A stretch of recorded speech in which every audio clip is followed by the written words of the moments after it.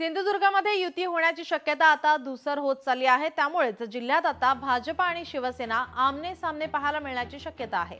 आज शिवसेनेच्या माध्यमातून आमदार निलेश राणे यांच्या प्रमुख उपस्थितीत मालवणमध्ये जोरदार शक्ती प्रदर्शन करत उमेदवारी अर्ज दाखल करण्यात आला। यावेळी आम्ही युतीसाठी प्रयत्न केले। राणे साहेबांनी सांगितल्यामुळे आम्ही थांबलो होतो, मात्र आता राणे साहेबांनी सांगितल्याप्रमाणे आम्ही मैदानात उतरतोय।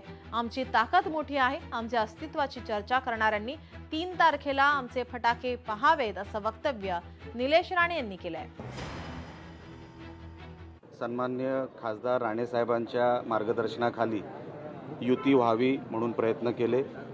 साहेबांचा आम्ही राणे साहेबांसाठी आम्ही थांबलो इतका वेळ, आणि मग साहेबांनी आम्हाला काही गोष्टी सांगितल्या म्हणून आता आम्ही मैदानात उतरलेलो आहे। पण हे सगळं सन्माननीय राणे साहेबांना सांगून करतोय। आम्हाला जसं राणे साहेब सांगतील तसं आम्ही करू।